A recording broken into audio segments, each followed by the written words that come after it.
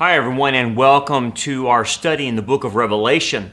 We're going to start this study. We're going to take our time going through the book of Revelation, and so we're glad you've joined us. And so we're going to take it piece by piece, and we'll try to accomplish going through the book in a certain amount of time. It might take a while because there's so much packed here in the book of Revelation. So we'll break the chapters up into different chunks and pieces so that we can look at everything in depth. My intent is to look at the book of Revelation at an in-depth level, not a cursory look, but an in-depth level, so we can have a full meaning and full understanding about the book and what it prophesizes that is going to happen. Because, as you know, we are now living in the last days, and the world is plunging towards the tribulation period, and the satanic system, the Babylonian system, is coming, and as the stage is setting. And so we want to be able to tell everybody, okay, what should we be looking for? How are things going to develop? And remember, we're pre-tribulational, so we believe that the rapture will happen prior to the tribulation. We'll get into that in our study. And so we won't be here for the tribulation, but we are seeing the stage set for it. And that's what the book of Revelation talks about in this tribulation, what's going to happen. And so we want to know how the stage is going to be set, because right now we're seeing the convergence of items, whether it's Israel, whether it's digital currency, whether it's globalism. All of the things are coming together. Apostasy of the church in the last days. All these things are converging. And therefore, the book of Revelation is the most appropriate book that we could study in our time. A lot of people, a lot of churches don't study it. In fact, a poll by Lifeway showed that only 2% of the pastors were actually talking anything about prophecy. That in their sermons, 98% of their sermons that they surveyed had nothing to do with the end times. And yet here we are living in the end times and no one's talking about it. So, the book of Revelation is intended to be understood and comprehended fully by believers. It's the revealing of the Messiah's second coming, revealing of the tribulation, and all the things that go on with that. And so, the book of Revelation is probably the most neglected book of the Bible, but at the end of the day, it's not that hard to understand. And if you take it in a good, literal sense, as it should be taken, yes, there's a lot of metaphors, there's a lot of symbolism, but they all point to something concrete and literal. And you have to know what the symbols point to by knowing the Old Testament, because a lot of understanding the book of Revelation, you have to understand the Old Testament. And so anyway, we'll parse that out, and we'll look at that, and you'll start to see that it's not that hard of a book to understand.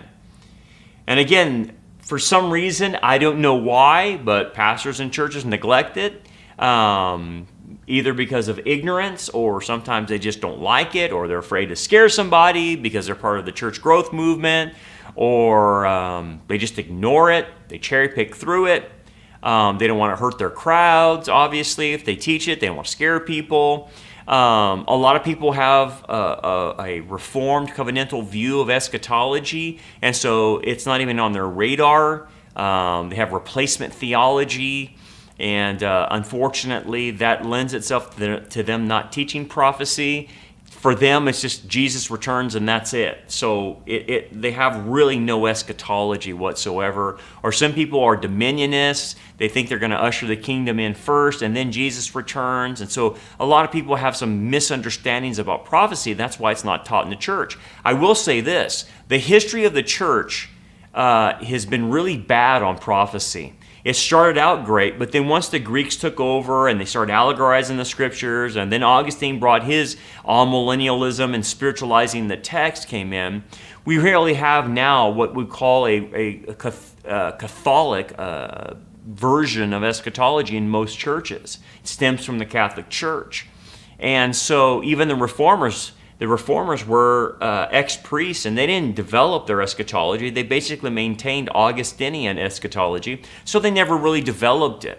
But if you go to the early church, you can see that they believe in Kilianism, or we would call premillennialism today, as we talk about it today, and they took the Bible and the book of Revelation and Daniel more literally than the churches do today. So when you read the book of Revelation or Daniel or any of the prophetic passages, you have to read them in the literal sense. You cannot allegorize or spiritualize the text like Augustine did or Roman Catholics do.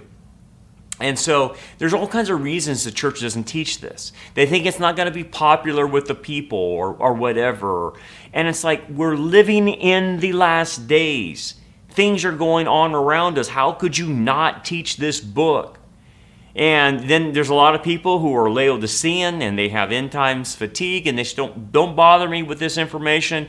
Don't depress me. They're so emotionally fragile. They don't want to be told that their world that they live in is coming to an end and the last days are upon us, and so it depresses them, and so they just stick their fingers in their ear and don't want to hear it. So they go to churches like that. And anyway, there's all these reasons of why people don't study the book of Revelation. And that's why there's a special blessing for those who read it and understand it and apply it and obey it. It's one of the only books in the Bible that promises a blessing to those who read and study it and apply it. And so in the study of eschatology, which is the study of the last days, the study of last days prophecy, there's either ignorance about it or just apathy. They're ignorant because of the theology structures they follow, or they're just willfully ignorant, just don't want to know, or they're just apathetic. They don't care. They're indifferent to it. They don't want to mess up their little world or whatever it might be. And so, anyway, this thing is playing out. It's happening right in front of us. And so we need to know it. We need to understand what's happening in our world, and the way we understand it is through prophecy. And unfortunately, at this time, a lot of the pastors and churches are not doing what they should be doing. Dr. Howard Hendricks noted, he said this principle. He goes, you cannot impart what you do not possess. And so a lot of these pastors, a lot of the churches do not know prophecy. They haven't been trained. Even though they went to seminary, at the institutional level at the seminaries, they don't teach it anyway. So a lot of these guys coming out of seminary don't know it. And it's not a developed area of their theology. And so anyway, a lot of them haven't spent the time, and they're not going to, by the way. So unfortunately, there's a deprivation in Christianity, especially in America, about prophecy. And a lot of times the pastor doesn't want to be lumped in with the crazies that come along, the tinfoil hat brigade that comes along with teaching prophecy. But that's to be expected, right? And so they don't want to be labeled like that. But at the end of the day, as a pastor, you still have to teach it. You still have to explain to people what the book of Revelation, what Daniel means, what all of it discourse means, and all these other prophecies. And so, even though they might lump you into like these prophecy charlatans, these date setters, like Harold Camping, you still are obligated to teach it, and teach it in a conservative, biblical way so that people and Christians can understand. But as you know, there's also those pastors who are just absolutely openly hostile to futuristic prophecy. And 2 Peter chapter 3 talked about that there were scoffers would come. One of the things we didn't realize is that the scoffing would come inside the church, not just simply from outside the church. And so right now in Christendom in America, there's a war on Bible prophecy. And it started in our seminaries. It started with liberalism and creating what they say apocalyptic literature should not be taken literally, but should be spiritualized. And it was basically Augustinian. And so they dismissed it. And so they told their pastors that they were teaching in the seminaries not to take the Bible literally in terms of prophecy. And so that's what skewed up everything in the world of prophecy in churches. So many mainline and Reformed churches, they don't take prophecy literally. So this is where the war started.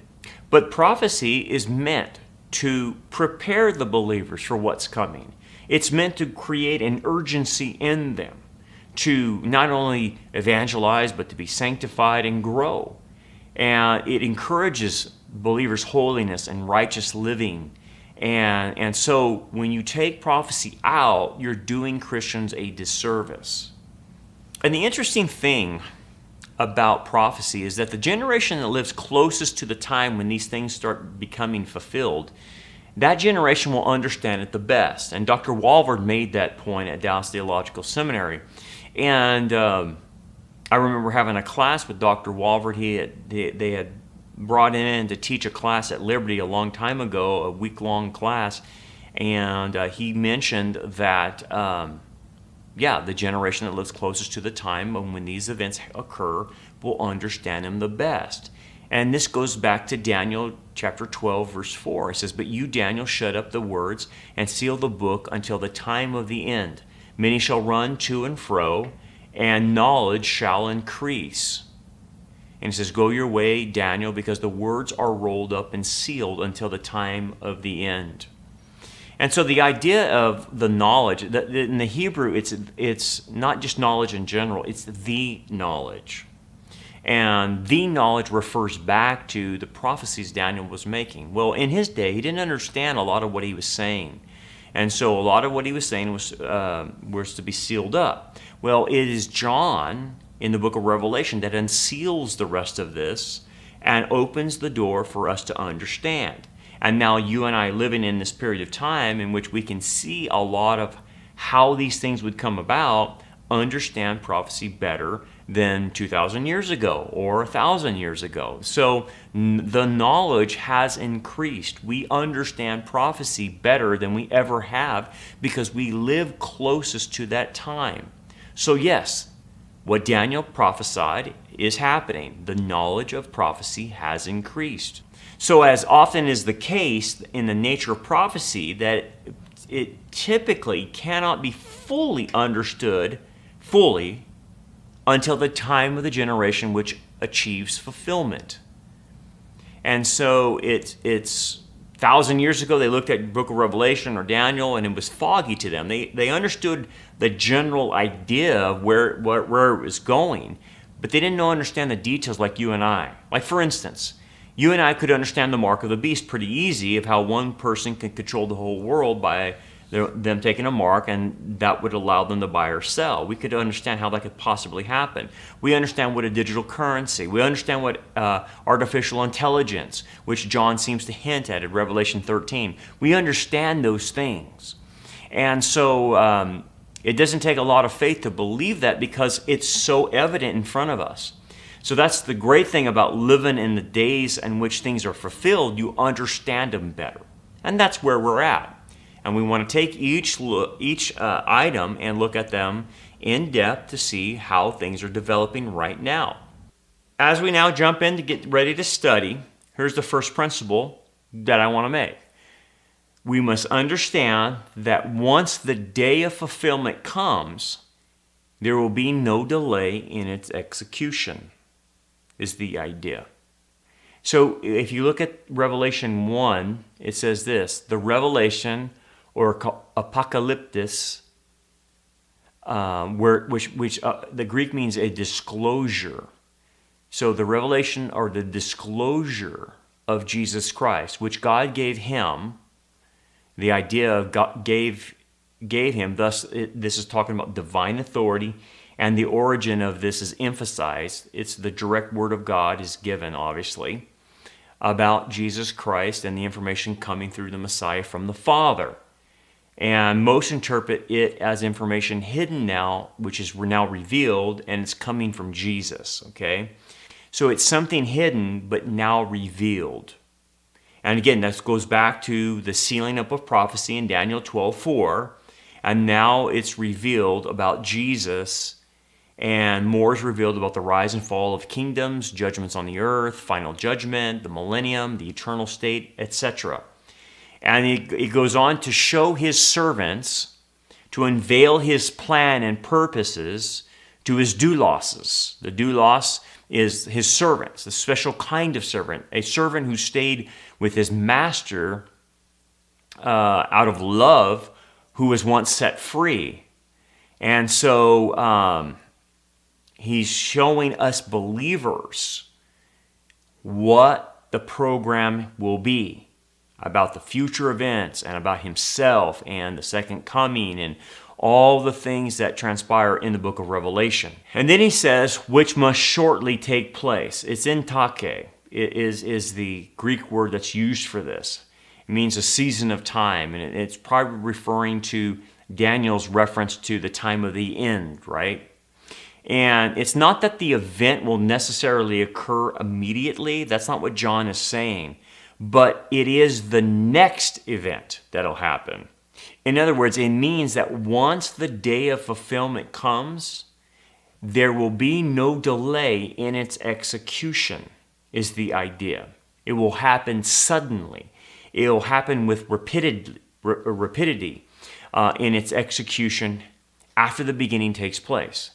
And once it begins, it will be a sudden execution of it. Okay, so the idea is, look what you're looking at now. Look how fast things are rapidly developing. Now, we're talking about birth pains. We're not talking about the tribulation period, in what we're talking about. So with these birth pains that Jesus promised that would come, they would get more intense, and they would get more frequent.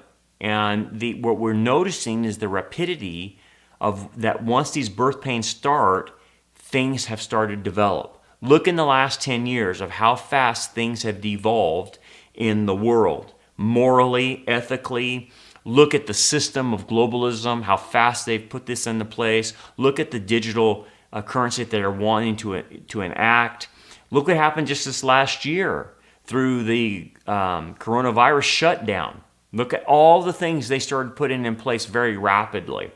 That's what Jesus was saying, that once something that's prophesied begins, it starts happening very quickly, very fast. And that's the idea. And then the second point we want to make is this, that if you continue to read, hear, and obey the book of Revelation, then the book promises a special blessing or reward. And it says this in verse 1. And he sent and signified it, or the idea of signified it, signs, or basically makes a signal. This is a Jewish way of talking. It's symbolic, right? That the revelation is going to come through symbols.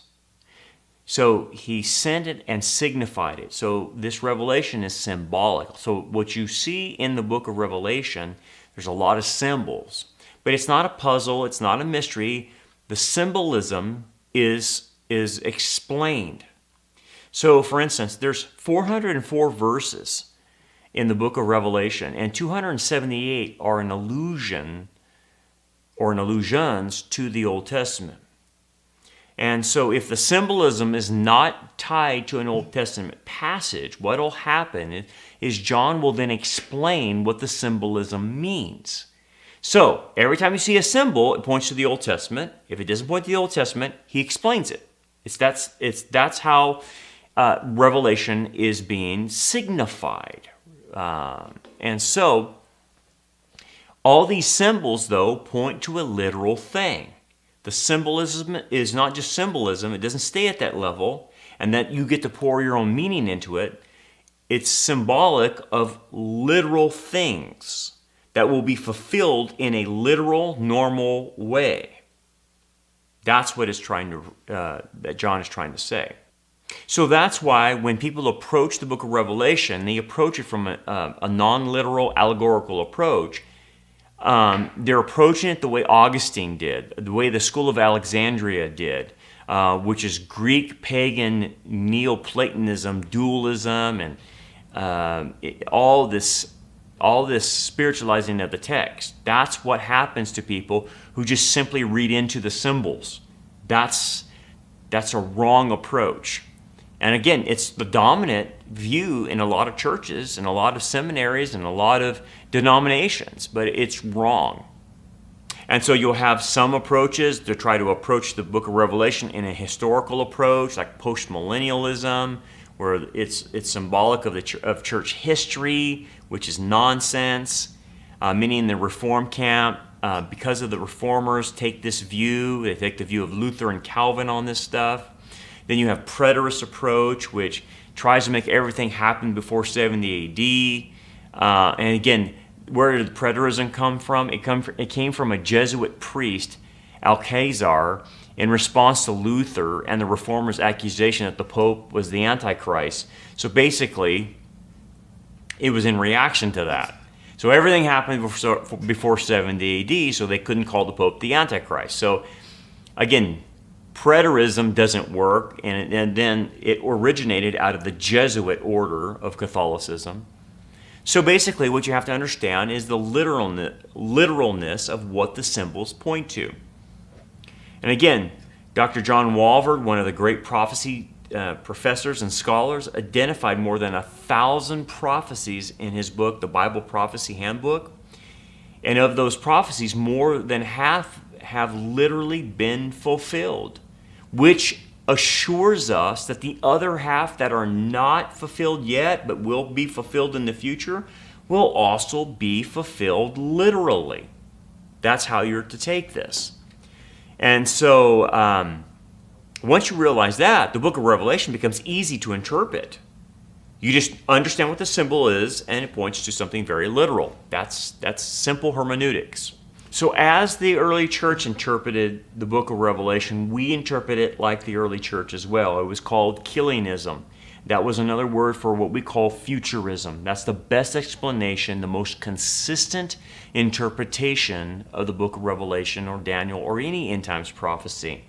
So we're following the path of the generations that lived during the time of the apostles and the early church until it started getting taken over by Greek influence and started allegorizing and spiritualizing the text. And people will question, well, how do you know you're taking these prophecies the right way? Well, guess what? Moses teaches us in Genesis how to interpret prophecy.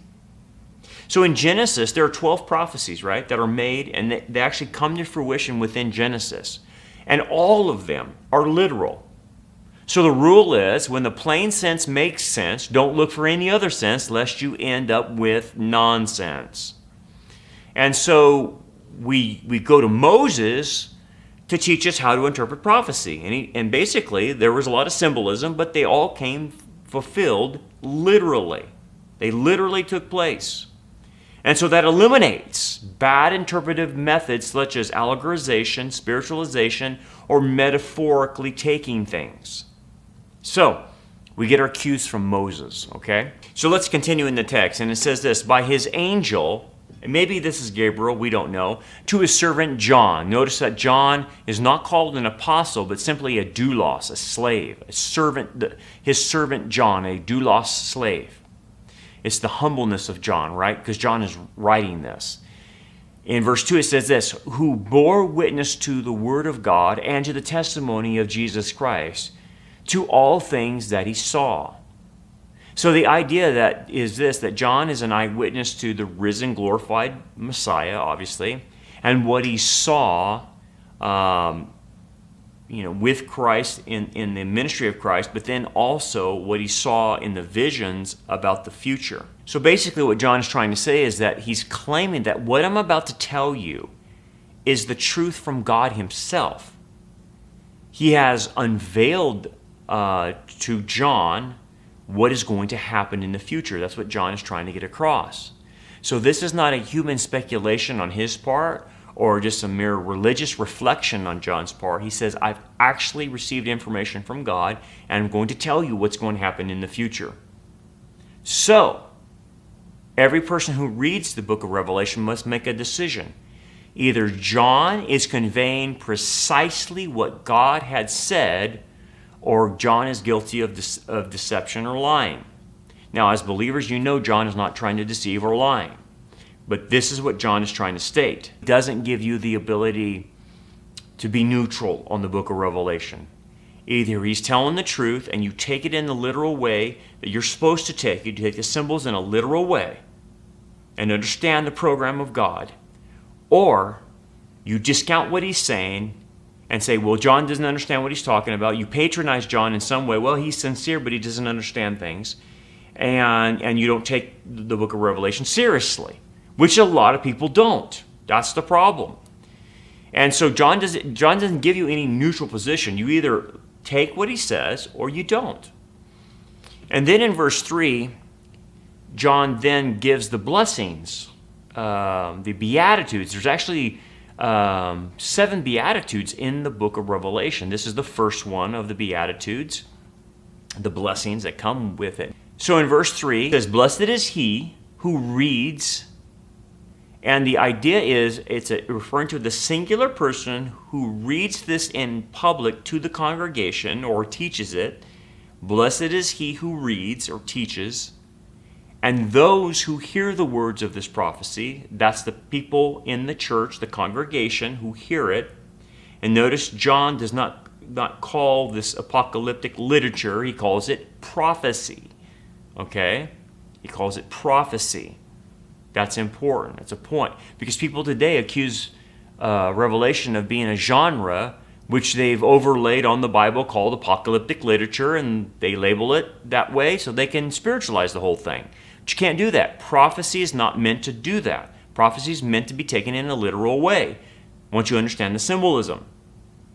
And so the idea is if they call it apocalyptic literature, which a lot of people do, then you cannot know what it means, a lot of times they say. And so we don't want to call this apocalyptic literature. We want to call it prophecy. And we got to keep the two distinct. Apocalyptic literature allows liberals to make it say whatever it wants to say, or say it's just unknowable. We can't know what it means. That's wrong. We call prophecy prophecy because we know what prophecy means. So John says to the congregation, and those who hear the words of this prophecy, and then he says this, and keep. The idea of keep is obey or observe those things which are written in it. So in an early church, not everybody would have a copy of the book of Revelation. I mean, there would just be one copy, so it couldn't be distributed out to people to take it home or anything like that. So the idea is all those who are participating in this would need to keep doing it, keep reading it, keep hearing it, keep obeying it, because they couldn't go home and read it for themselves. So when they met together, they had to keep doing this. They had to keep reading the book. They had to keep hearing it and obeying it. That's the idea here. This book of the Bible, the book of Revelation, is the only book that has a direct blessing attached to it with a threefold scope. Well, why the blessing? It anticipates that many believers would neglect it and would ignore it or even scoff at it and reject it. So, historically in the church, canonization was resisted a lot by the liberals in the early church. But there were other church fathers who referred to the book of Revelation, like Ignatius, Papias, Irenaeus, Justin, Eusebius, Apollonius, Theophilus, Tertullian. But even though they referred to it, it was very slow in gaining universal recognition. Well, the question is why? Well, the answer is this. Heretical sects were opposed to it. And so they pushed back on it. Then you had the School of Alexandria, which is the liberal school of theology, as opposed to the school in Antioch, who took it more literally. So you had Clement of Alexandria, Origen, who obviously influenced Augustine, and Jerome, who totally spiritualized and allegorized the book. And then that became Catholic dogma to do this to the book of Revelation. And I'll tell you this, Augustine was responsible for turning away from the literal approach to a more allegorical with the book of Revelation. And so he's the main guy. And as you can see, in the Reformation, Luther, Calvin, Zwingli, Erasmus, they didn't do anything to help the book out because they considered it non-scripture. So you had the Reformers just totally disregarding it. So it shouldn't shock you and I when you see Reformed or covenantal churches have nothing to do with the book of Revelation or Daniel. The Reformers didn't even accept it. They had little regard for this book. So, obviously, it's made its influence today in a lot of churches where it's just non-existent. And one of the things we were warned by Peter is that in the last days they would scoff at us. Scoff at those who look forward to the rapture, look forward to the second coming, look forward to prophecy. They would scoff at us. Then we have the political pundits that scoff at us. We have the Hollywood elites that scoff at us. They've made joke movies like This Is the End and Rapture Palooza, and crazy movies that mock us. The funny thing is they'll mock us, but they won't mock Islam or any other religion. And so you have scoffing from other believers as well. Heinrich Bullinger wrote in the Second Helvetic Confession, he said this: we also reject the Jewish dream of a millennium or the golden age on earth before the last judgment. Then you got Martin Luther saying that the book of Revelation was neither apostolic nor prophetic, and because he didn't like the overuse of visions and symbols. And so Luther even said he was offended by the book. John Calvin wrote in his Institutes that Killianism was fiction. That is, he said, quote, it was too childish either to need or to be worth a refutation. I mean, it's just unbelievable how these guys rejected the book of Revelation. That ought to tell you something about Calvin and Luther. The more you study those two guys and some of those reformers, you just sit back and you shake your head and you're like, how could you make statements like that? They both were anti-Semitic, and then they didn't accept the book of Revelation. What was that about, man? I don't see those guys as heroes at all. I see it that they caused more problems than they even started. It wasn't them that discovered justification by faith. It had always been there, by the way, and other groups had already discovered that and said it, but they just got stamped out and persecuted by the Catholic Church. So it wasn't Martin Luther that came up with justification by faith alone. I'm sorry, but that's not accurate. He was the only one to survive, basically, that. But what did Calvin and Luther do for the rest of Christianity? They brought Calvinism, which is nothing but Augustinianism, into the church, and they brought their weird eschatology, and it's ruined, prophecy and a lot of soteriology with their Calvinism. So I don't look at Calvin and Luther as heroes at all. More modern-day scoffers have come. And so you got guys like Mark Driscoll writing in Vintage Jesus, page 44, saying, we spend most of our time trying to figure out how to avoid pain and evil of this world while reading dumb books about the rapture, just hoping to get out. Again, mocking eschatology. And Driscoll goes on to mock the idea of the rapture for believers and the one world government with an antichrist. Who makes people wear a mark to buy and sell, he said. He goes, this is crazy, he said. He also added that this kind of end times mission is not a message from Jesus, but rather one of concocted that from a cunning serpent. I mean, so basically, if you hold to an eschatology like we do, he's saying that's concocted from Satan.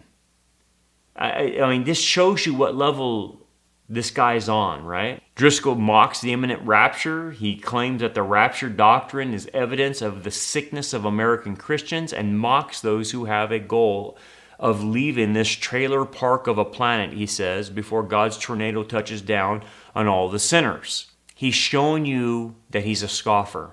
And then he lies and calls dispensationalists nutty Christians, end-time prophecy Kazanskis.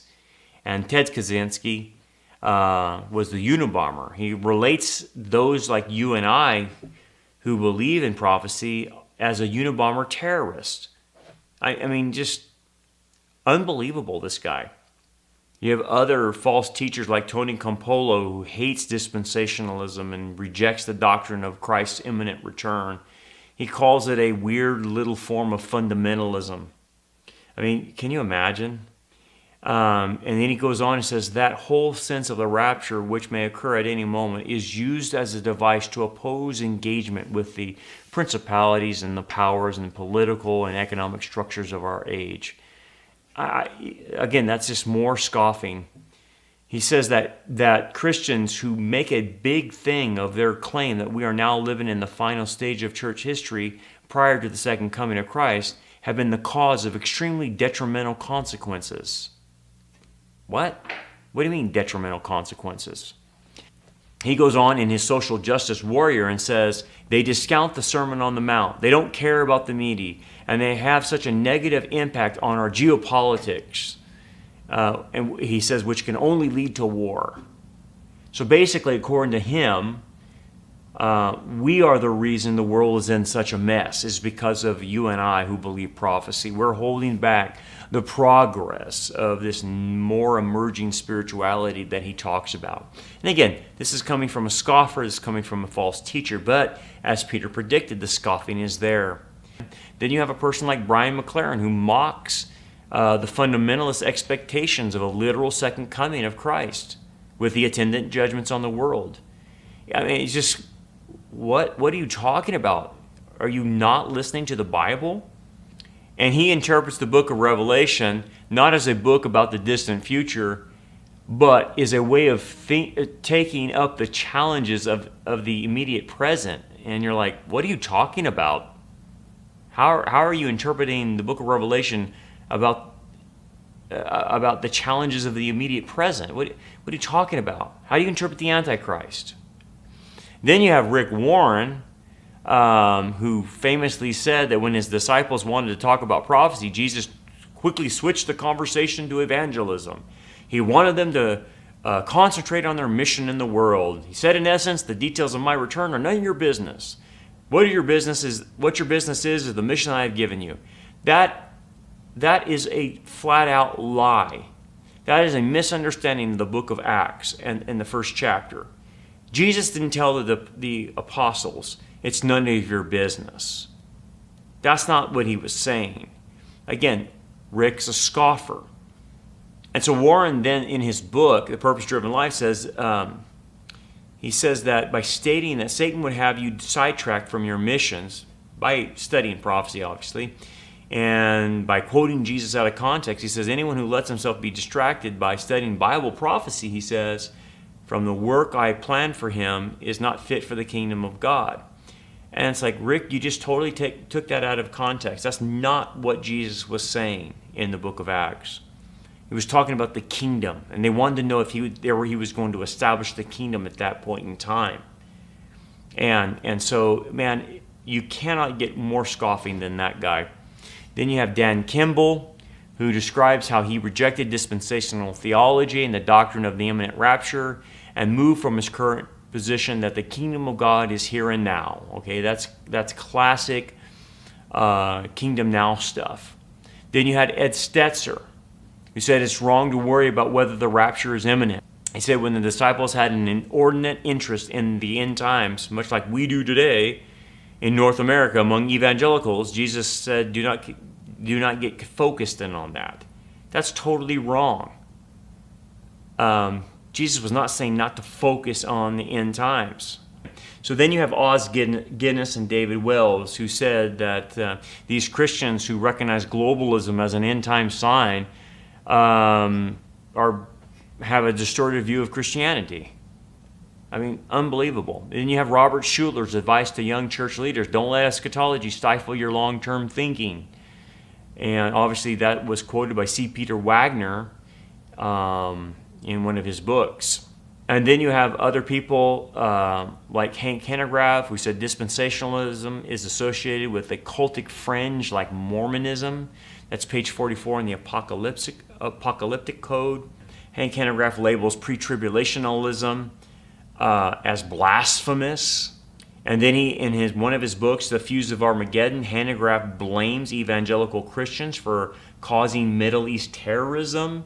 He states much of American Middle East policy is influenced by a huge voting bloc of evangelicals who are taught not to question Israel's divine right to the land. Wow. So the reason I wanted to go through that and show you the scoffing that comes from these fake Christians, these false teachers, these apostate teachers, is that the scoffing is coming from within. And anyway, that shows you why there is such a blessing attached to it. It shows you the history of the book of Revelation, that it wasn't fully accepted till late. It's one of the last books to be accepted because you had so many people who were liberal pushing against it. And then you see how the Catholic Church took it, and Augustine took it, and messed it all up, and allegorized it, and spiritualized it. So this is why there's a blessing attached to it, because it would be the most neglected book of the Bible. God knew it would be opposed, not only from the outside of the church, but inside the church through false doctrine. So obviously, what's behind all this opposition to the book of Revelation? It's Satan. Satan is behind all of this. Why? Because the book of Revelation threatens to spell the doom of the kingdom of darkness. It tells people and Satan what will happen to the kingdom of darkness. It spells it out. And God has given his word on it. And God has signed, sealed, and delivered it. And so basically it is as good as done. So, when unbelievers read this, they become afraid because it's a threat of judgment. And obviously, if they don't take God's grace and mercy, then this is what they will get if they're left behind. And so that's why a lot of people don't like it. But to the believer, it gives godly fear. It gives the believer hope. It encourages the believer to evangelize. It encourages watching the table get set. It encourages us to warn people about what's getting ready to happen. And it gets the church's priorities straight. It gets the believer's priorities straight. Because we're focusing in on the future and not so much on the here and now, and pointing to the Messianic age and the age that God has for us, that hope that we have. And so it really aligns everything. But if you take prophecy out, it really will mess up the believer. Their hope is gone. Their future is gone. They don't know their future. It makes them not so urgent in evangelism and growth.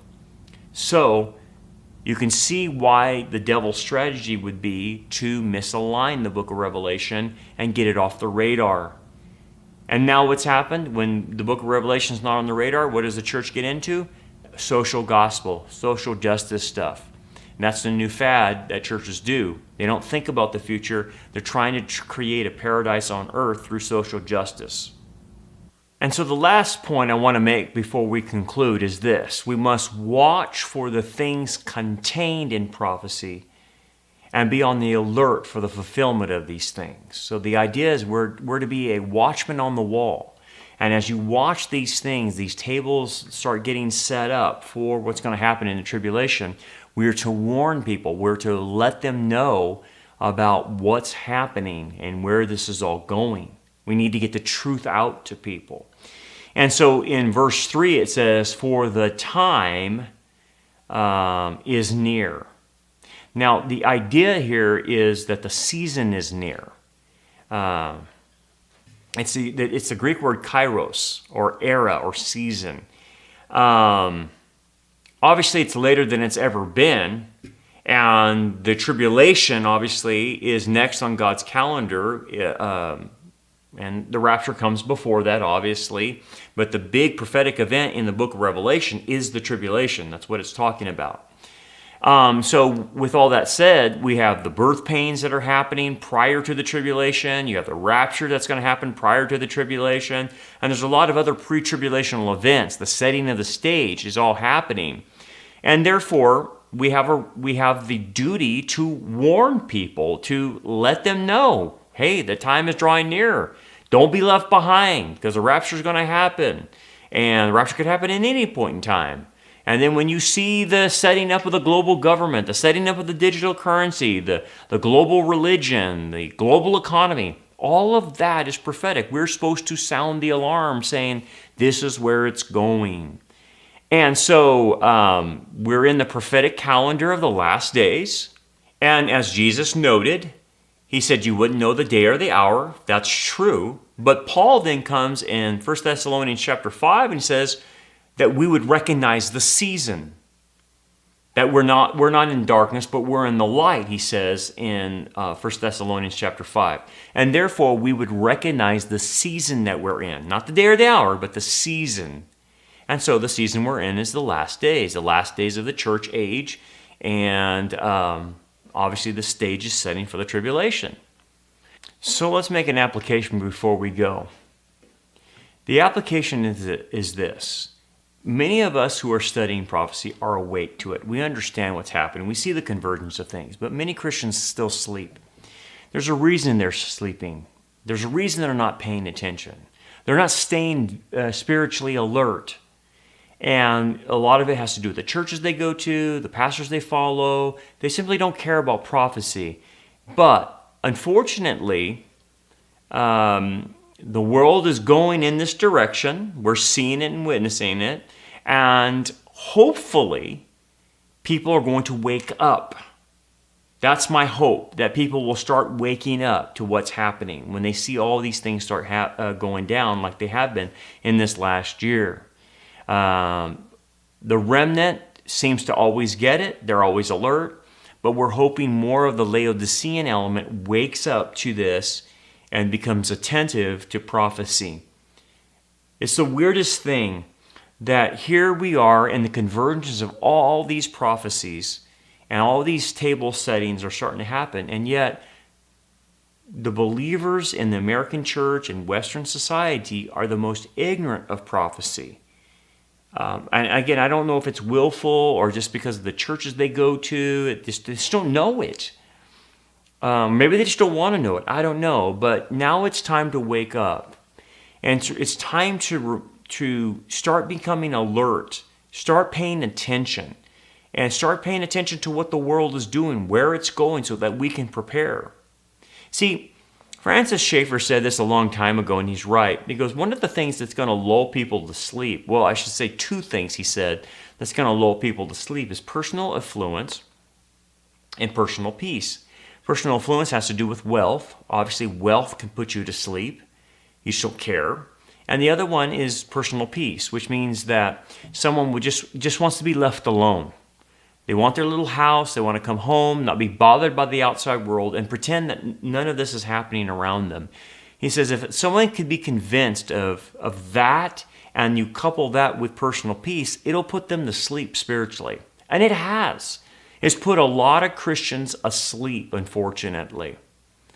But again, what do we have to do? What is our job? You and I are watchmen on the wall. And we have to alert people. We have to alert the unbelieving world to get saved.